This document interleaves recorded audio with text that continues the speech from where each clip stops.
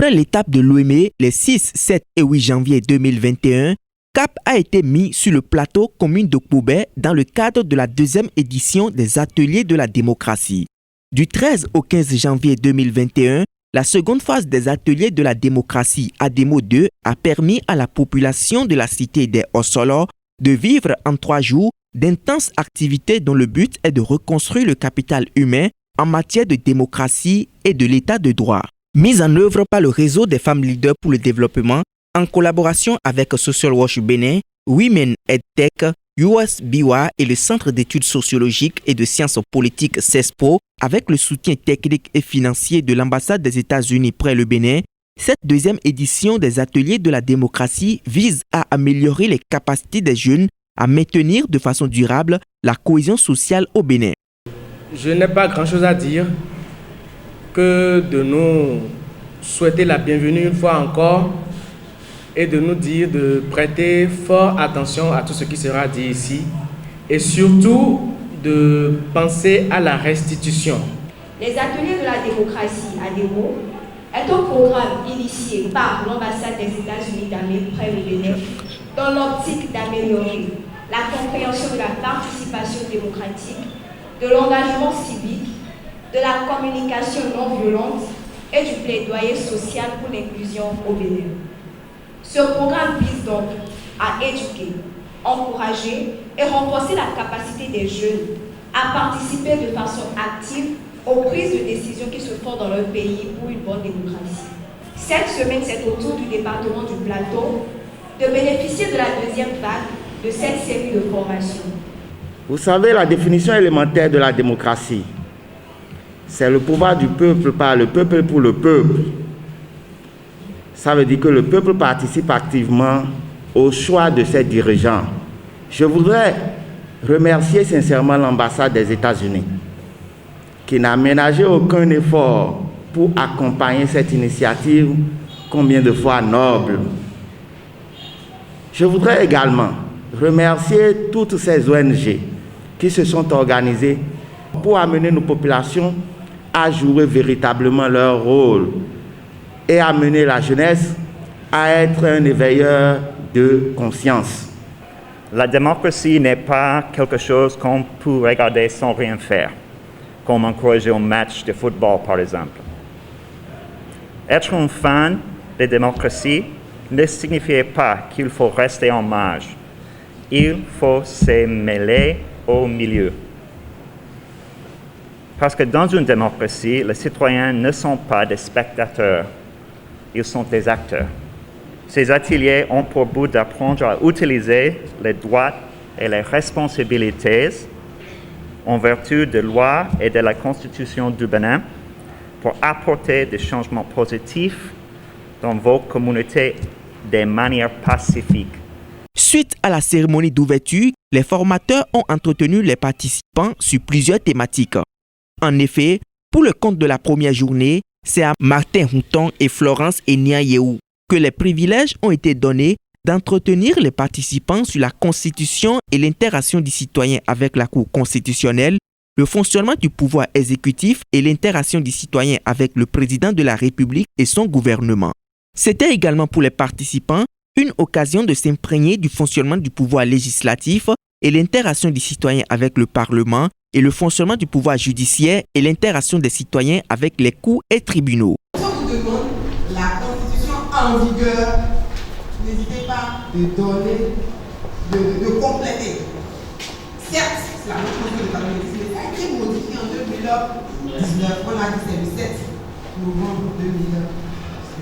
Dans les États démocratiques, le non-respect des lois et des textes qui régissent le quoi, le vivre ensemble est sanctionné par un pouvoir appelé pouvoir judiciaire. On a dit tout à l'heure que dans un pays démocratique, il faut des règles. C'est ça, non? Il faut des règles.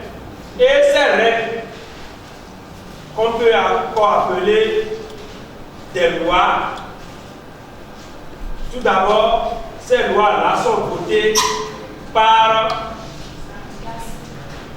Qui? Un autre pouvoir, le pouvoir législatif.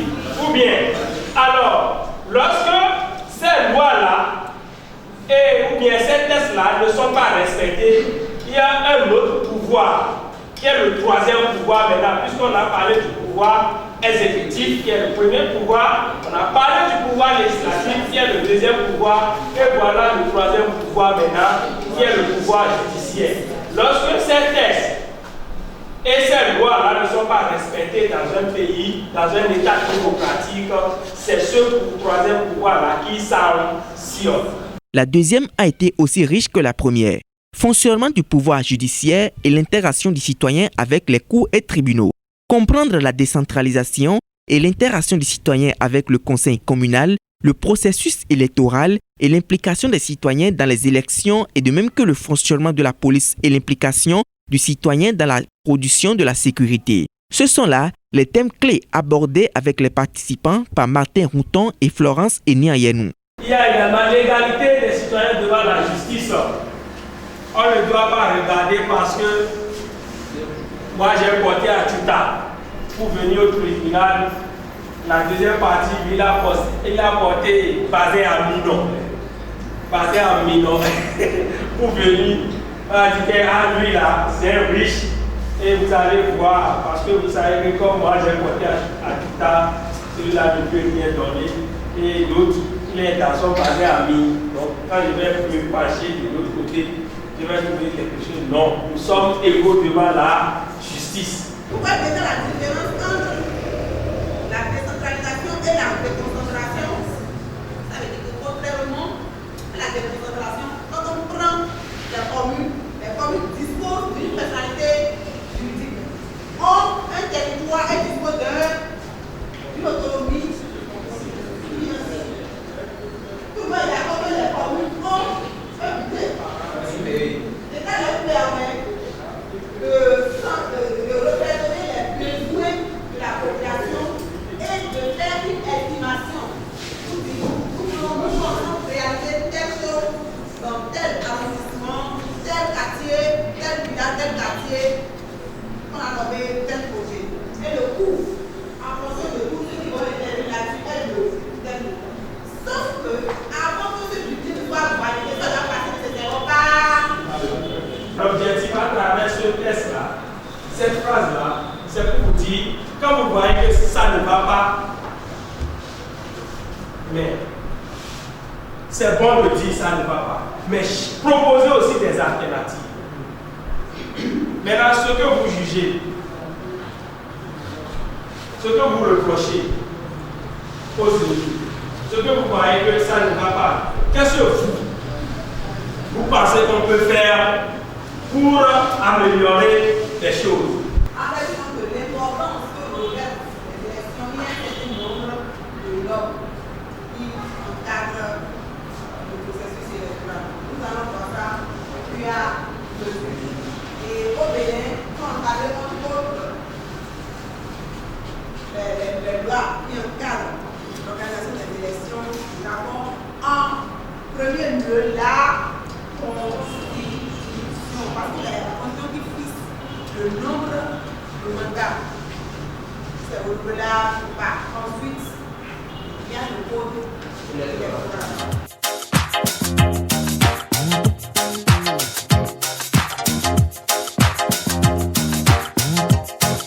Pour le compte de la troisième journée, c'est à Christelle Saïzonou, Bruno Rouessou, Brigitte Doko et Firmin Didagbe qu'est revenu l'honneur de clôturer ces 3 jours d'atelier sur la thématique Introduction à la communication non violente.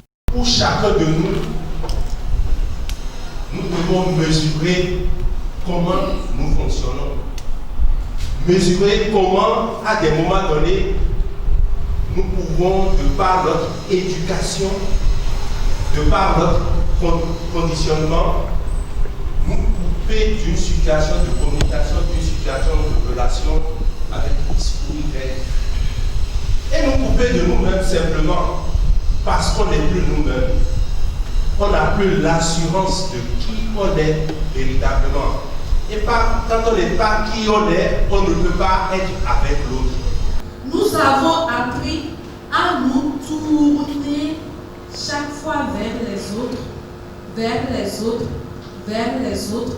On a appris tout sauf soi-même.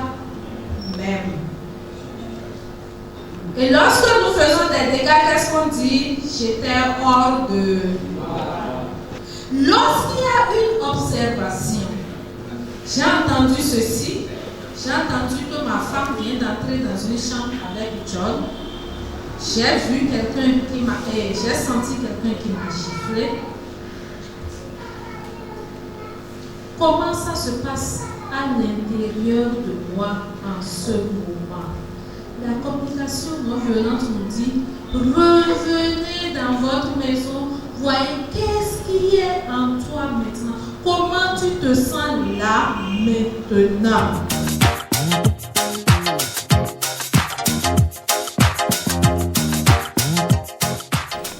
Je tiens à remercier les participants à cette formation. La formation qui a duré 3 jours.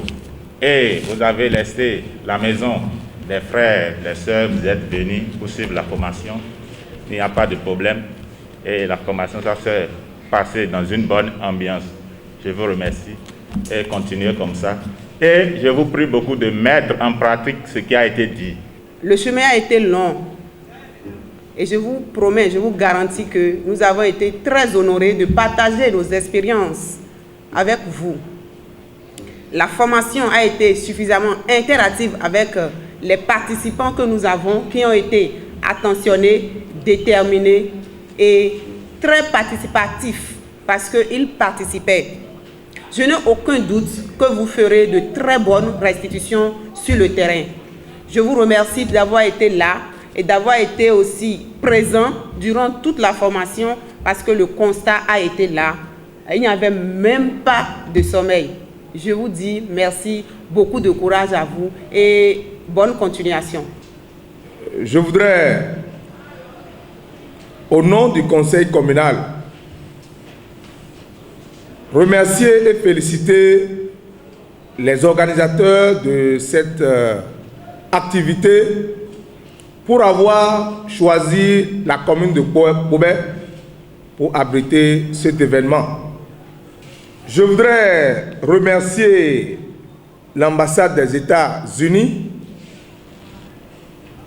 et les différentes organisations qui se sont mises ensemble pour cette activité. Je voudrais quand même nous rassurer et noter avec nous tous que les thèmes abordés ici sont essentiels pour un développement harmonieux de nos localités. Chers organisateurs, le conseil communal par ma voix vous remercie une fois encore et vous rassure de sa disponibilité chaque fois que le besoin se fera sentir. Je voudrais également compter sur les leaders qui ont été sélectionnés ici, que vous allez prendre des dispositions pour faire le bon retour, pour que le message passé ici ne se limite pas ici, que cela soit répercuté à la base, afin que dans nos sociétés, nous puissions constater véritablement un changement de comportement pour assurer une bonne santé à la population, une visibilité à l'action aux actions de développement et assurer le développement de nos communes. C'est sur ces mots d'espoir, de remerciement et d'engagement que je voudrais, une fois encore, au nom du conseil communal, vous remercier et vous souhaiter bon retour. À la fin des travaux, les participants se disent satisfaits de la qualité des échanges et se disent donc prêts pour restituer les connaissances acquises à leur communauté à la base. Personnellement, je tiens à dire mes sincères remerciements aux organisateurs de cet atelier, puisque ça nous a permis d'acquérir beaucoup de connaissances, surtout par rapport aux différentes organisations qui gèrent notre pays, la Constitution, le pouvoir exécutif, le pouvoir législatif et autres.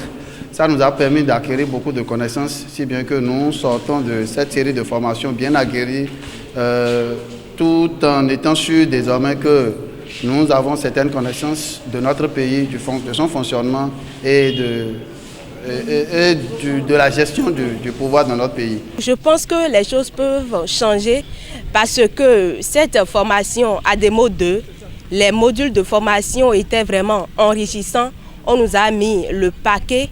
Je ne peux ici citer tous les modules de formation, mais par rapport à moi particulièrement, à l'application de ou à la transmission de ces connaissances au niveau de la communauté à la base, je pense que à mon niveau, ce n'est pas acquérir les connaissances qui est le plus important, mais le plus important, c'est de pouvoir transmettre ces connaissances au niveau de la population locale. Dans notre famille, nous sommes disposés à discuter avec nos pères, avec nos parents, avec nos frères, avec nos sœurs, avec nos jeunes amis qui sont dans nos quartiers, pour que désormais nos manières de faire dans la société soient vraiment une manière acceptée, une manière qui est conforme à la norme sociétale.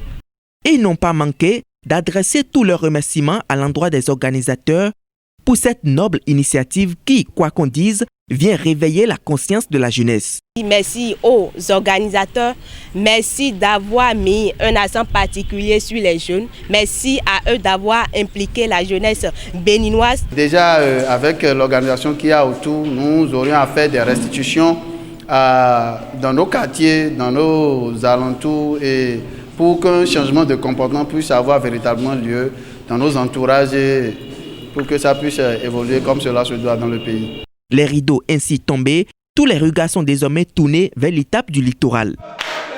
Yeah.